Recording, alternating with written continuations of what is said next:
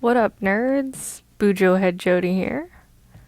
I have been bullet journaling since 2017, and I would like to share my new bullet journal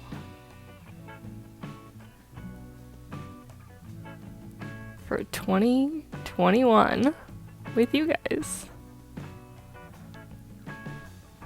So let's get started. There's the old one, 2020. But here's a new one. Oh my goodness, it's so pretty. A little bit thicker. I made sure it has more pages. It's by Vivid Scribbles. Got everything you need. But first, we have one last spread in this for my 2020 plan. So these are all the pages. I used every single page in this book, but I basically just wrote out what pages I wanted to include in the beginning of this. Now you'll notice I have ripped out, there are some starter pages in this bullet journal. I don't like those pre-made indexes, so I have actually already ripped those out. We're gonna do a little cover page here. Very simple, this Bujo belongs to.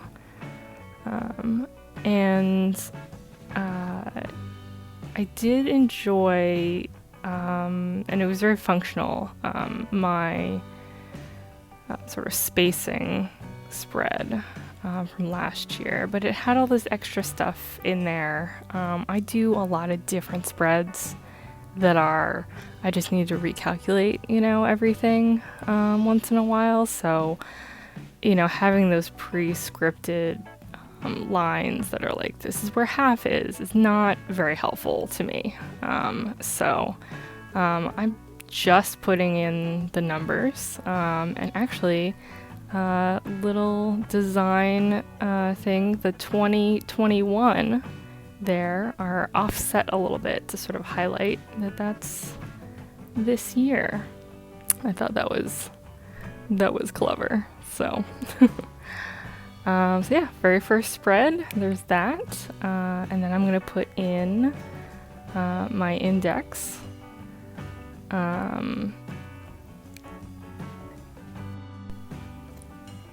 Although technically it's a table of contents, but that's what everyone calls it, and I didn't really want to write out table of contents. You'll see I'm actually, occasionally I will use my 2020 to sort of support my 2021. Now I only use a single page index, and I think I've pretty much always done this. I don't need much more than that. I really only say, write down what the months are and these sort of very beginning pages. So the first official spread, I've got my 2021 goals, which I will use to write out little doodles of sort of the things I want to have done. And there's a suggestion that I write out goals in the past tense, so I have done this this year. And so that's actually how I've been writing out those goals. I've just got a couple of them, and then right below the 2021 goals, something related, these are my long-term tasks. So I've got some stuff that I don't need to do right now, but at some point I want to do them. Kind of a little bit of a brain dump, but also a very specific type of information that I want to keep there. So one of my goals is to, finish a good portion of my long-term tasks.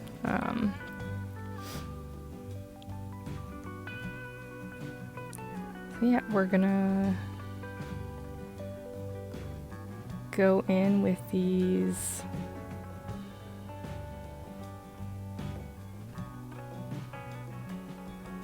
alternating lines.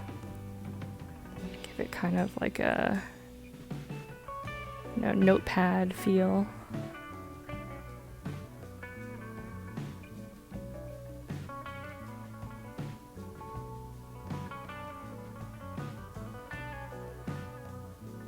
Try to keep these beginning spreads pretty simple, not too crazy. Definitely no like color theme. It's just sort of all the colors that I could possibly use.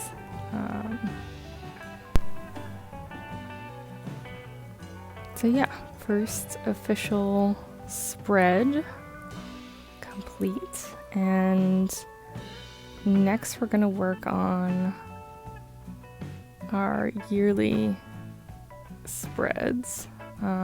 These are very tedious. So, sort of sit back, relax, watch me work. In my 2020, I actually gave this only 2 pages, but I've expanded it back to what I had done in 2019, which is to give the full year a full 4 pages. So it'll be 3 months on each page. So we've got, and they go all the way vertical here. I've got a small box at the top where I'll put the color theme, 4 boxes at the bottom, which will include just some goals, some totals for the month. I haven't completely decided which 4 indicators I'm going to keep track of, but it'll definitely be something similar to what I've done in the past. Probably a total hours, maybe like my total budget that I've money spent, probably the difference that month between ingoing and outgoing money, and then I used to do my total debt, but since I'm essentially debt-free, possibly my net worth minus retirement accounts. I don't know. We'll see about that. Maybe my full net worth. Haven't completely decided on that, what would be useful to have.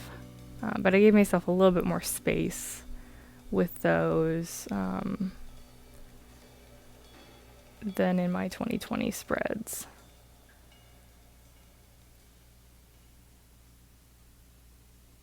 And I gave myself more space. So the very top will be the name of the month, the little box with the sort of theme / colors, and then a little mini calendar. I gave myself more space below that to write in birthdays and events, stuff that, this is essentially my future log. And so now we are just writing out, the full calendars, which is very tedious. My hand definitely hurt after doing all this. So, mind you, this is the sped up version with all of my breaks cut out. So, you can only imagine. But I think there may have been one. maybe 17 that accidentally was turned into a 12, but like I think I got all of these right. I completely messed up last year on, I think it was October. Had to go in and like completely white everything out and rewrite it, but I was actually pretty pleased with how well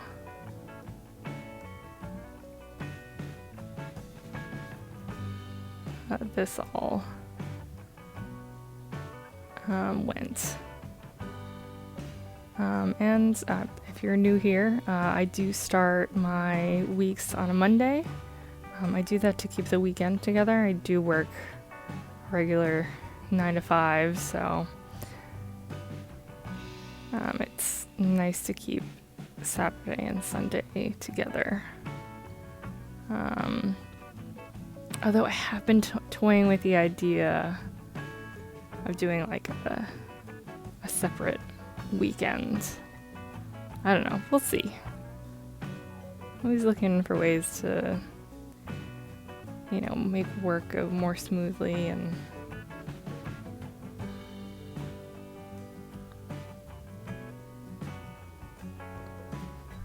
I don't know. We'll see. But yeah, so this is the first 6 months. Ooh. Hand hurts. But I really like it. It's nice and clean. It's actually most of the stuff that I have on here are birthdays. I like to keep track of, friends and family. At the very least, shoot someone a text for like a cute video of me with the dog.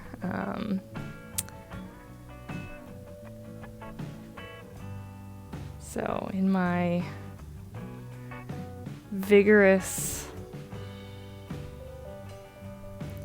erasing, you will have noticed that I have completely ripped out this sheet of paper.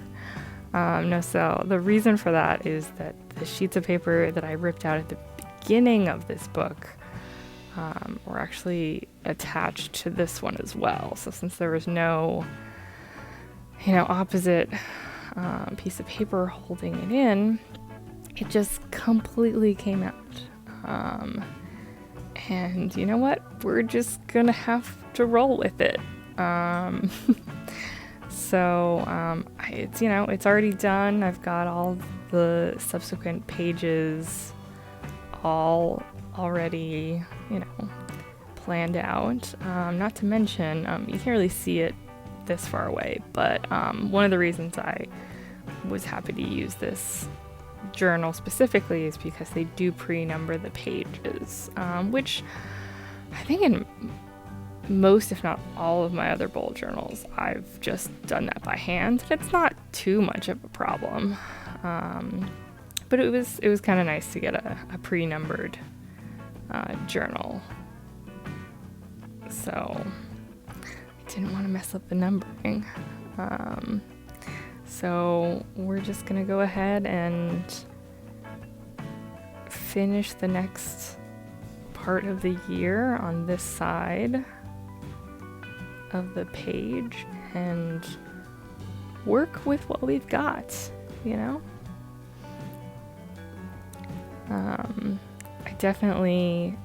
like the aesthetic look of all this, and I know, especially, from this far away and watching it sped up, it looks very polished, but it's functional. It's meant to be used, and I think all of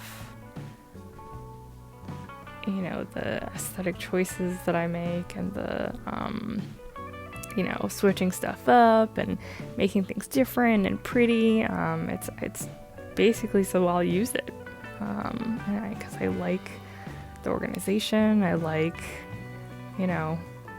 getting pens and having a little collection like that. So it sort of it feeds the stationery nerd inside of me, so that I'll keep up with it and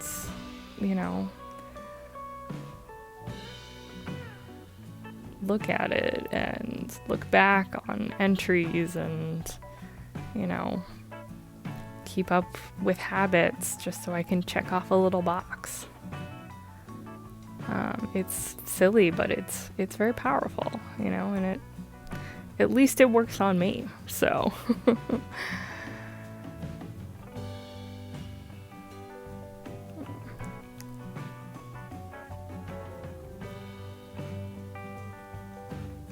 I'm gonna finish out this portion of the year.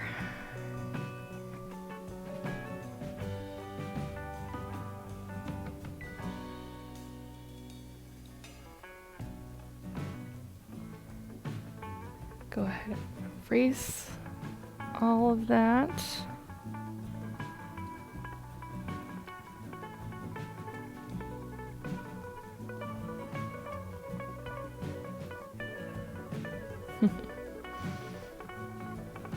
It is funny, because usually when I'm doing this, I'm writing right in the book.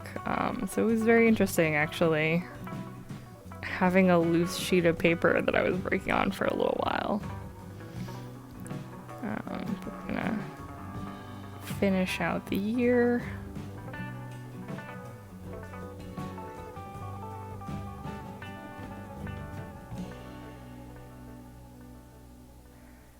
Now, I do know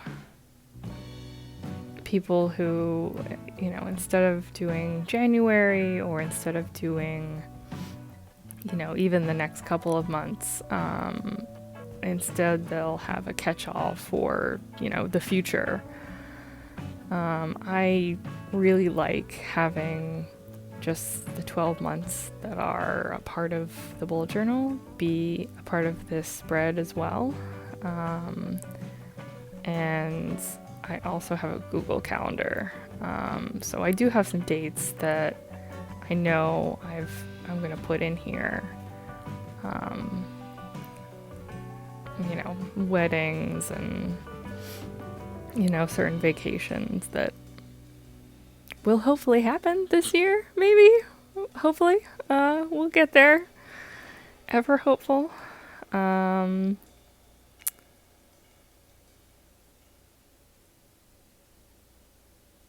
So I keep track of those if they're past December. I mean, usually I'll do double entry with a lot of this stuff. So like birthdays or certain things, but and of course I use that as a reference for all of the, you know, regular calendar holidays.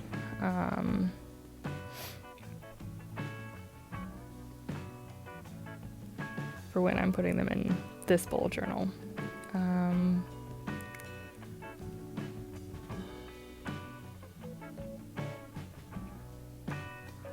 But I just like the completeness of having just the 12 months of the year in each bullet journal. Although, fun fact, in the 2017 one, I think I started it in May, maybe? So there's not a full year in there, but if you're thinking about starting a bullet journal, just do it. You does not need to, you know, start and end on a certain date. I just like having my subsequent bullet journals be, you know, 12 months only. And I like to keep my spreads compact enough that I can fit 12 months in there. I don't have to do, some people do 6.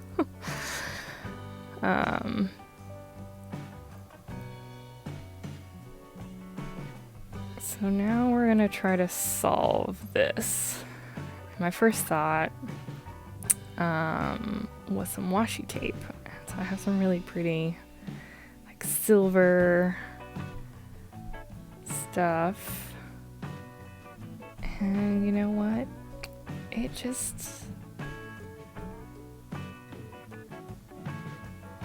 didn't really work.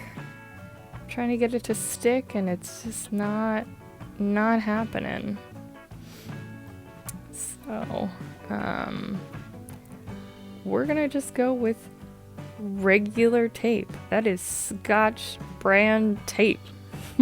Not sponsored. Yeah, so just on one side, and then I'm going to do the other side. I think the washi tape, because it's sort of designed to unstick fairly easily, it was just not strong enough. It was not sticking. This, on the other hand, everything was sticking to it. It's tape. It's straight up tape. It's the tape I use to wrap Christmas presents, you know? So, and it's been working. It stays in there.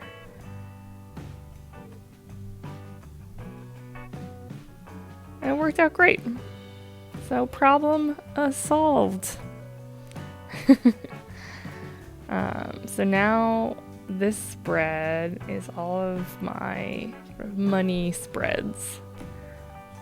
This is sort of where I keep track of everything. As sort of like a summary. So most of this stuff I do keep track of individually in each of the months, but this is the sort of summary spread. So most of these, actually pretty much all of these, have, you know, a place to put the totals for each month. So you see the chart on the side. So these are my retirement contributions. So put away a certain amount. And that's sort of something I'm concentrating on this year. We're doing a little bit of emergency fund. You know, contributions, but it's mostly going to be retirement contributions. So I've got this little jar that I'm putting here, and this spread is very, very similar, if not almost identical, to the one I did in 2020. Although in 2020 I was still paying off some debt in the form of a personal loan. So this section was actually where my debt repayment little jar went. Got a little piggy bank pig there. It's looking cute. So essentially, the chart will keep track of the actual numbers, and then I'll fill in, you know, one little part of the jar once I've made my contribution for that month. I do get paid once per month. So once I get paid, then I have the funds to throw into, I have a Roth IRA that I'm actually working on right now. I have a traditional IRA as well, that has some older funds in it. I'm mostly contributing, that's a word, to the Roth right now. It's just the plan. And then the section down here, this is my income replacement. So it's basically my emergency fund. I already have a bunch of stuff in there. I just, we're gonna contribute a little bit more to it, just to sort of keep the ball rolling, you know? So you notice the contributions, because I'm putting it into basically an investment account. I just want to know that I'm being consistent and that I'm putting things into it. So that has 3 columns with a month, total, and saved, while the income replacement is just in a high yield savings account. So that I have a 4th column for the interest that account has accrued It's not a lot because, as you know, interest rates are super tiny right now. But I just want to keep track of it. And then the third part of the spread, which is the top portion on the right side here, that is I call it my slush fund. I think people would also call it their sinking funds. So that is things it's an account that I basically put all the money that, like, I know I'm going to use this, but it's for later. So, Christmas fund, vacations, weddings, that kind of stuff. So this is also in a different high yield savings account. So it again has the month total saved, or I guess difference is the one I put here, because sometimes I take money out of it because I plan to spend that money, and so I spend it. Because it's not just like a jar that I'm filling up, because I do pull from it, I've got a little graph on the side there, which worked out well last year. I know about how much that fund actually fluctuates by, so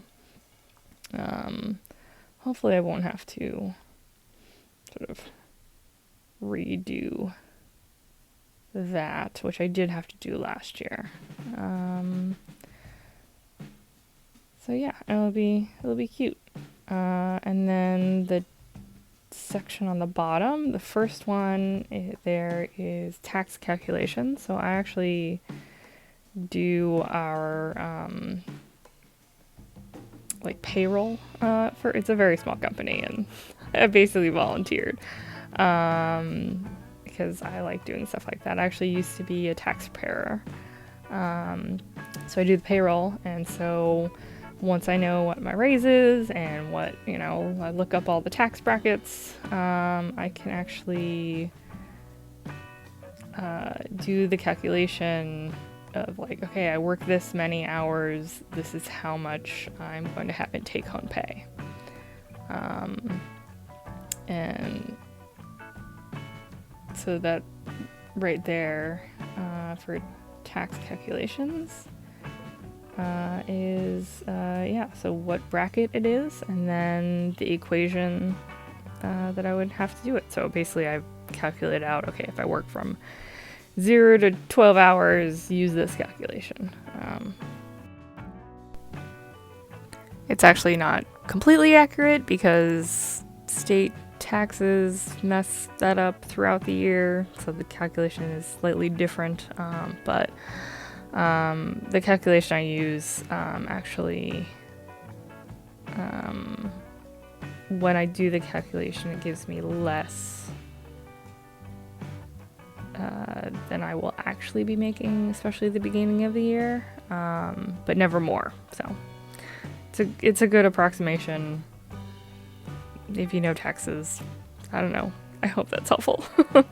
And then the final section there is my retirement savings. Those are my savings accounts, my retirement accounts anyway. I've got, the traditional IRA, the Roth, and I basically just put the total. I do have a section, one last column for another account. I don't anticipate opening another account, but you never know. And there was space for it, so why not? So we're gonna finish the coloring for all of this. Make sure the little piggy is cute.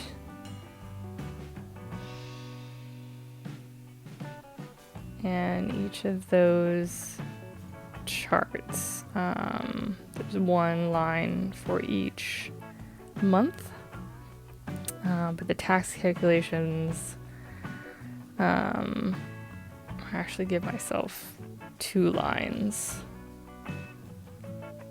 sort of per bracket.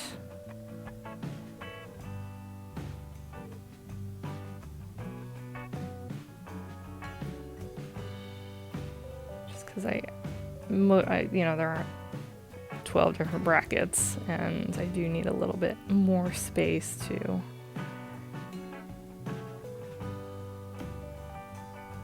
get the full details in there.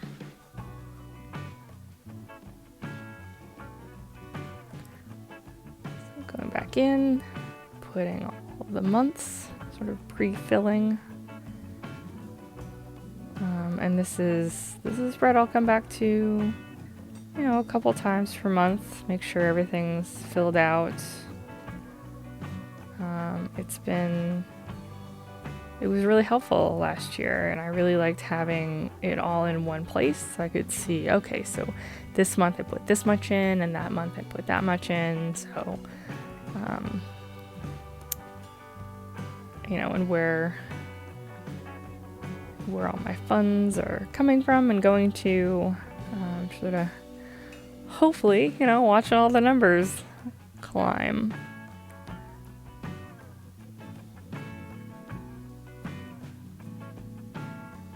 It's a little busy, but it's nice and compact, and it's all relevant. Let's see, my next spread is for my credit cards. I do have a lot of credit cards. I don't really have any debt in the way that I use the credit cards and then pay them off in full. And then, I just basically put my regular spending on the credit cards.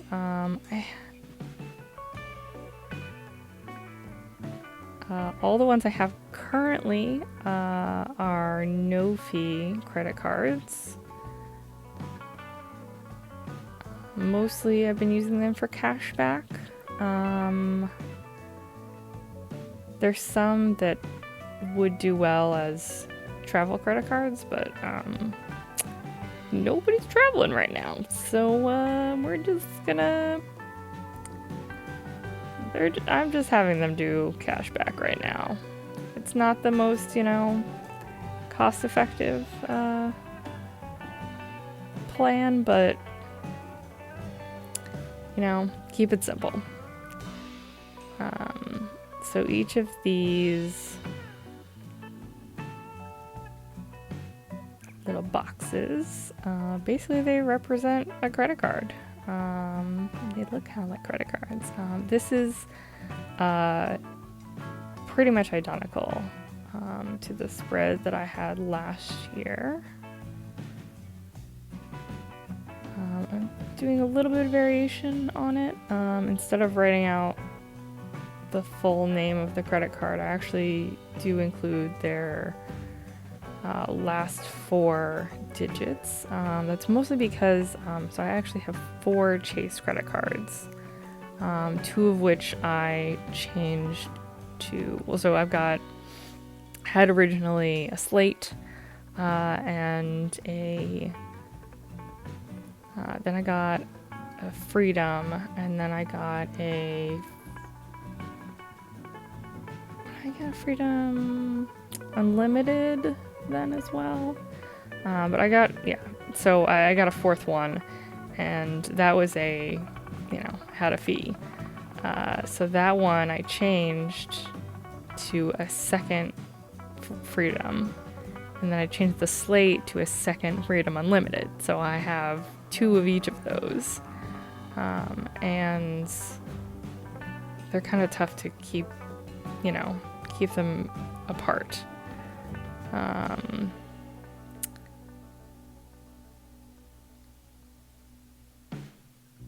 So it's been helpful to actually write down the last 4 digits,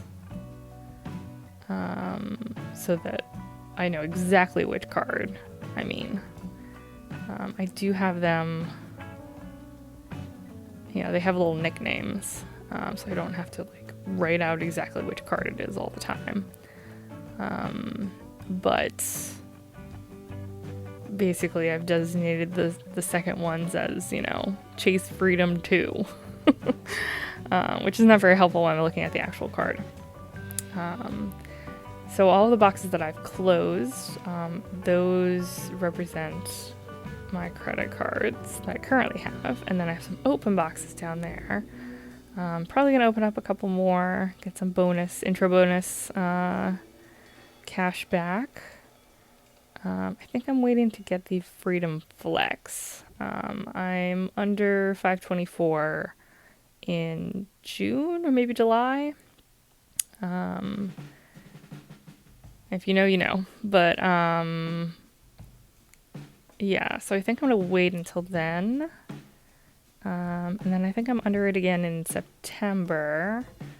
So maybe I'll grab the Amazon card because that is also a Chase card. And you need to be under 524 to do that.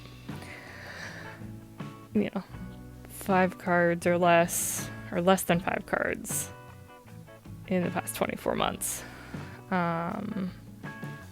I've got little indicators of which quarter I've used each of those cards in, because I try to make sure that they don't accidentally get deactivated from not using them. So I do have this second little half page, or I guess it's one page, but it is just another page to put more credit cards. I don't really anticipate applying for a lot more, like certainly not this many, but I think I might use it to at least write down ones that I'm interested in. So ones that have intro bonuses or certain,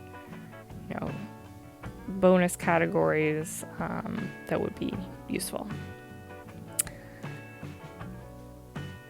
It also allows me to include on this half of the page my minimum spend tracker. This one, so when I do apply for credit cards, I usually go for ones that have some sort of intro bonus. And so it's good to keep track of what I've actually spent on it. It's usually, you got to spend X amount of money on it in 3 months or so. So it's good to keep track of, okay, this is when I applied for it, so this is when I'm going to need to spend that amount of money. I never spend more, than is necessary. I mean, than I would usually. Like, I don't just spend to get the bonus. That doesn't make any sense. Although I have used it to pay my rent sometimes if there's a really high minimum spend, but I always make sure the amount I'm getting back makes sense versus any fees that I have incurred. So it's just a math problem. It's a nice little,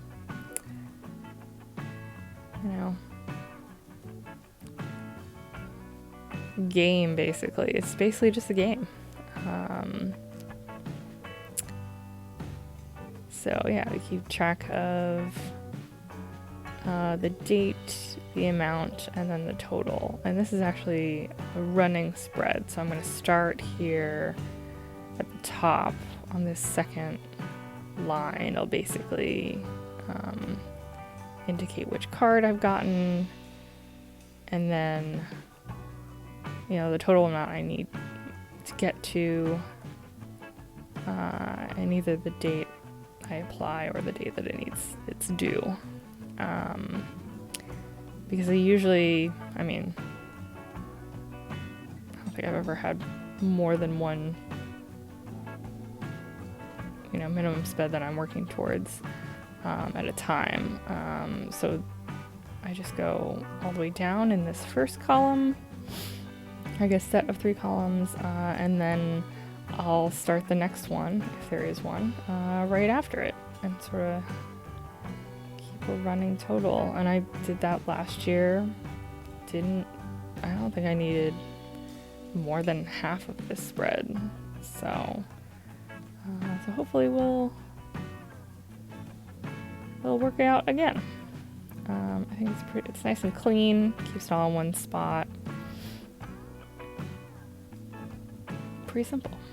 So this next spread also has to do with credit cards, but it's new. I have tried to do something similar to this as sort of like, just the very top of the credit card spread, but I need more space for it because it's a little bit more complicated. So this is the optimal strategy. This is basically if I'm not going for an intro bonus, which usually those, it works out to be like 10 or 15% cash back. I like to make sure that I'm getting the most cash back that I can. And so there's several cards that I have that are 5% rotating categories. So I want to keep track of what they are in each quarter and what would be the best credit card to use in any specific scenario. So I've already written out one category, which is other, which that's usually going to be the city double cash. 2% back on everything. It's, pretty simple. You kind of can't beat it. And this spread I also am going to give myself 2 rows per entry. So basically I have the category, and then each of the 4 quarters, Q1, Q2, Q3, Q4. And I will add categories as they pop up. I have a couple of credit cards where you choose which category you want to do, so I can throw some of that in there, as long as it's above 2%, and then everything else goes on the double cash. Hopefully this will be useful / it'll work out. This is a brand new spread that I'm trying out, so we'll see if it works out. I do keep information about the bonuses on the actual credit card spread, as well as limits and APR and that kind of stuff, but I think it's gonna be easier to actually see and use when it's in that configuration. So then we're also moving on from credit cards. I actually have a book list, and I like to draw a little bookshelf, put little books on it to keep track of what I'm reading. That is definitely a goal that this year that I'm trying to work on. I was a huge bookworm, especially in like middle school, high school. I was one of those kids who could walk through the hallways and, be reading a book and not run into anything. And it's, like a lot of millennials, I'm real busy. So I kind of dropped off. I'm the type of person that I have a lot of random books that I haven't read, which is in my collection, which is so sad. And actually, I think it was my 2018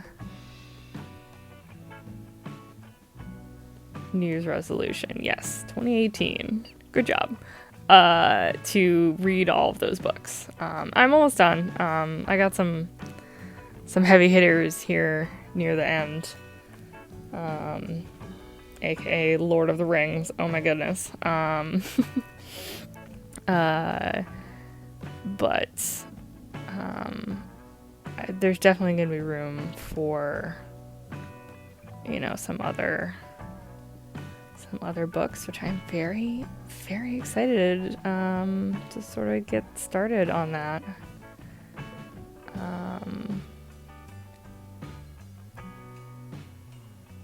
Yeah, so the goal this year is obviously to finish that off, but also to sort of, make reading more a part of my daily life. And I have been starting on that and sticking to it, which is really nice, I like reading. It's just, you get all caught up in YouTube and TikTok and Reddit, and it all just kind of, a little bit too much of an easy hit of dopamine. So, but yeah, hopefully I'll get some actual reading done, read some fun and new interesting stuff. And I'm not planning on fully filling all these out, but just in case. Also, it looks cute. And actually, I was looking back at my 2017 spread for this, and I've since the very beginning, I've always drawn a little bookcase. It's very cute, and I really like it. So.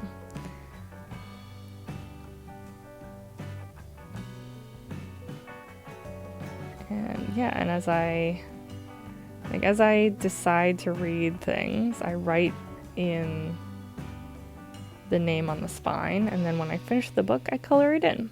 And like, a lot of my other, money spreads, I actually color it in with the themed color of the month that I'm in. So it might get a little weird, but it always looks kind of cute at the end. So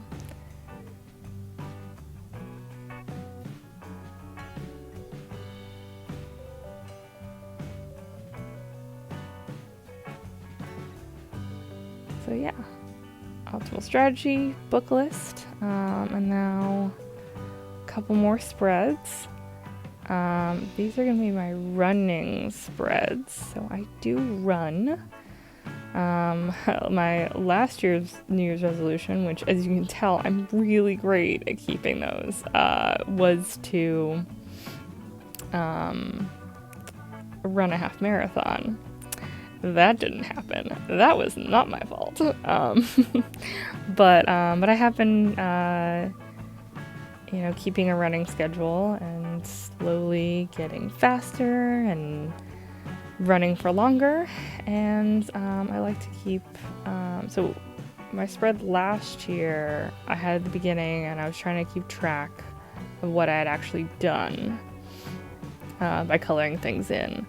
But I've actually found it's much more helpful because, you're going to end up running, something similar each day, or if you miss a few days, you want to go back, or if it's not, if you're not quite comfortable with, running for that long and in that pace, you can redo weeks or just certain days. Or modify it to, okay, I know I'm not going to run that day, so maybe we'll do this and then do that.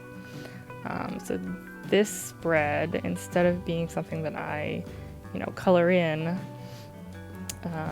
these are actually just references.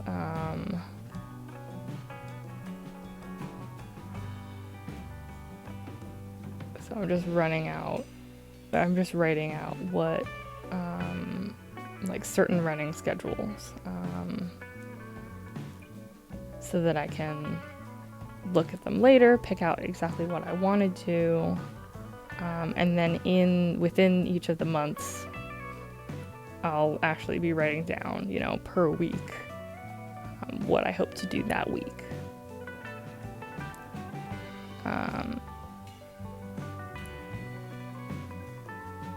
So I do have 3 different schedules that I'm using for reference. I'll leave the links if you're interested.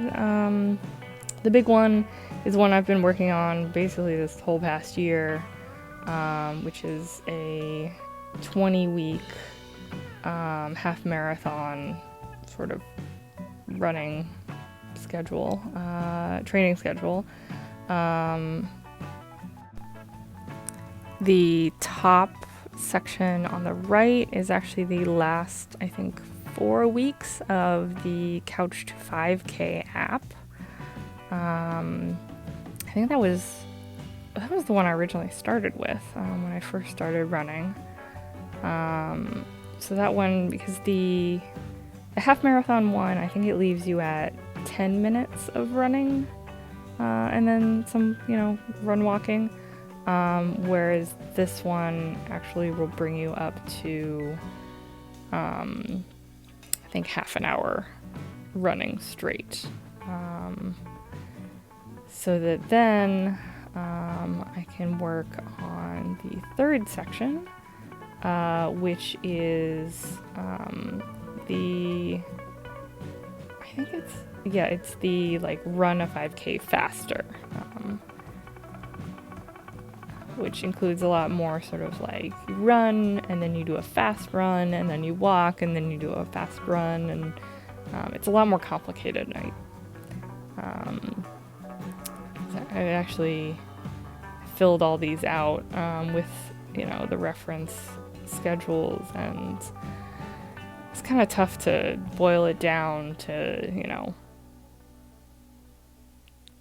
more of a simple notation. But in general, you can see I've got the weeks labeled, and then Monday, Tuesday, Wednesday, Thursday, Friday, Saturday. Tuesday, Thursday, and Saturday are much larger because that's when I do my actual running. So 3 days a week. And then Monday, Wednesday, Friday, I do cross training. So right now I'm trying to do push-ups. I'm not great at them. So we're starting off with some incline push-ups. But it's a good sort of it's not easy, but it's not as intense as my running schedule. And then Saturday I rest because I don't have to do anything on Saturdays, ever. That's the plan. And then, Sunday I usually have my long run. And then I debated about putting this in, but I decided to, just in case. Little tiny race results section with a date, race, type, and then the time that it took me. Just, in case second half of 2021 allows for some in-person races. Did a couple virtual ones last year. Don't really recommend. I don't know. I didn't enjoy them. Those will be filled out. So that's those are all my spreads. Quickly flip back on through. So take one last little look at them. Hope you enjoyed. Hope you got something out of it. And I hope you have an excellent 2021. Thanks a lot.